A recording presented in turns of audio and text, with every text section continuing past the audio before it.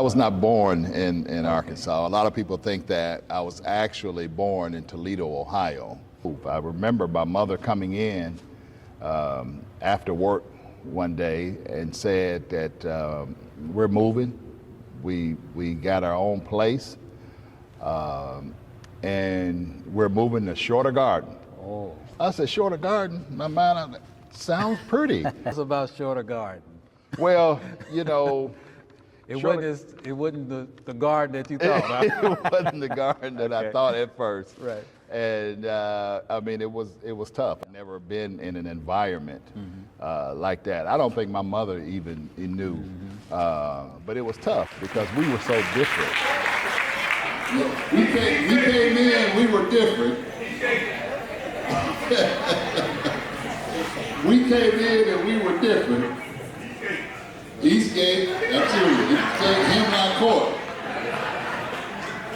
We were different, but it didn't take us long to become friends. I think that kind of made us a target at first, and so you know it was some difficult times at first. I had the opportunity to speak with some of your close friends that you grew up with, and y'all are still friends to this day. Still friends today. Pretty much 7th grade, and I'm gonna tell you, he's my big brother. You know, in some ways, kind of brought us together the understanding. I mean, we made the decision, and my brother Bobby just kind of told me, said, hey, you know, we got to make this work. We got to survive. We got to watch out for each other. Yeah. I decided that I was going to select the toughest kid in the neighborhood, and I was going to try to befriend them. And so I did that. Okay. It was a young man named Bobby Upchurch. Okay.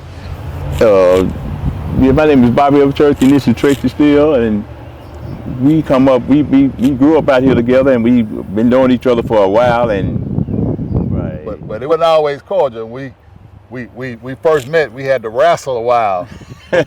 Yeah. They had this thing called the circle, and when you were new or different, you had to get in the circle. The only way you can get out of the circle is fight your way out.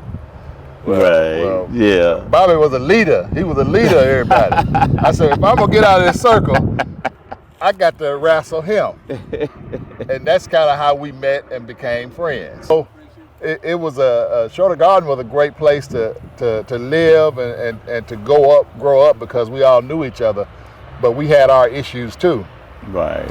And I can remember one night we were out here playing. It was late at night. We were right over here. This was an old church, 8th Street Baptist Church. And we were out here playing, and it was some stairs. And we used to have a place under the stairs where we kind of hid, but you could see everything. And we heard these men, they were arguing. And you know, back in the day when there was a fight, you didn't run away. We could just run to it. Right? Try to see. I let Bobby tell you what happened.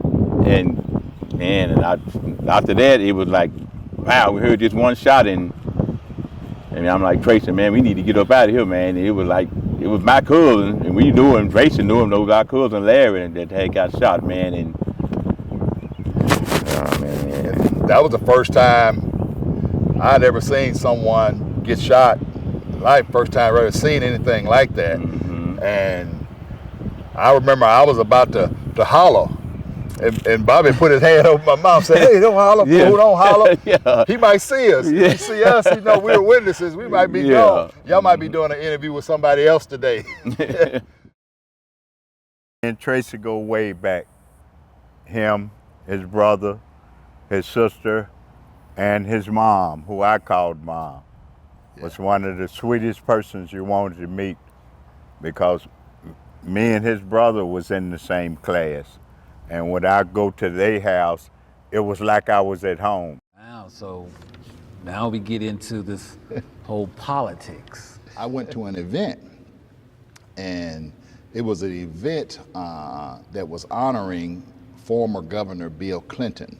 So I decided to stay around after the event, let him take all the pictures and shake all the hands, and I went up and introduced myself. Well, you know, he knew who I was because Rice would play the Razorbacks, and he was a big Razorback fan. So we would play Arkansas, and he remembered me from basketball and asked what I was doing. And I said, well, I'm really on my way back to Houston for a job opportunity.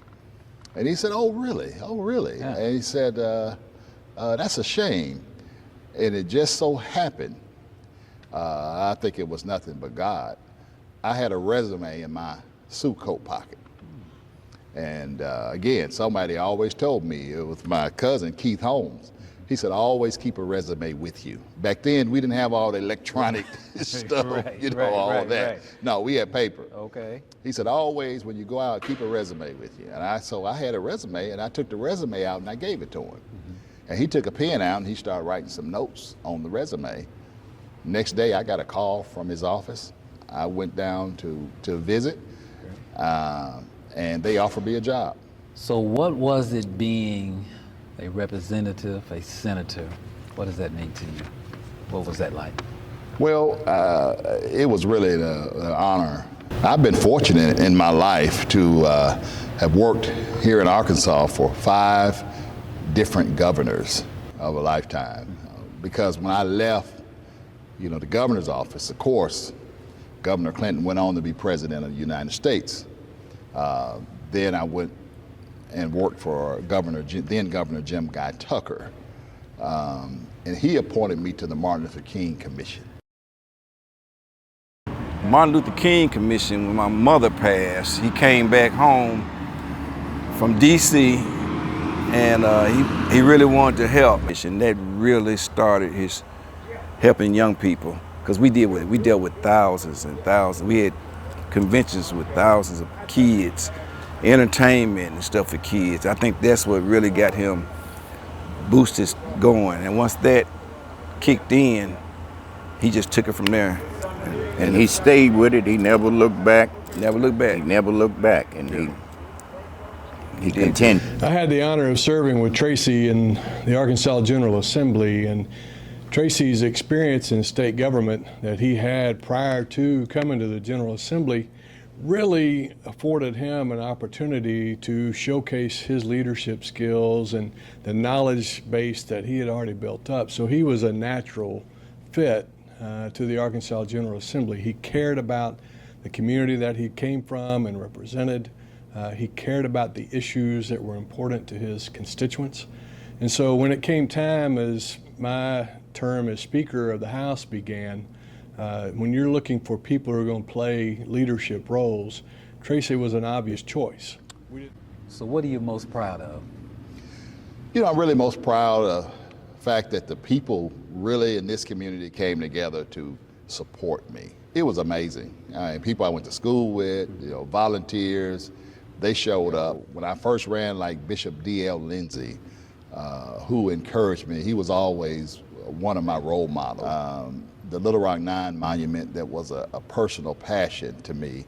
The statue now that sits at the state capitol, that's the only statue of civil rights leaders that's on the state capitol grounds in the United States. Last question, Tracy. What is your #1 priority? Wow. Well, I can honestly say my #1 priority is my family. I've been blessed. I have 2 wonderful kids. Simone, she's so many ways just like me. She's bossy, she's a leader.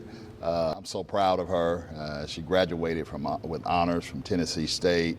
Actually went to Rice University and graduated, and she's doing great now. She's Little Tracy.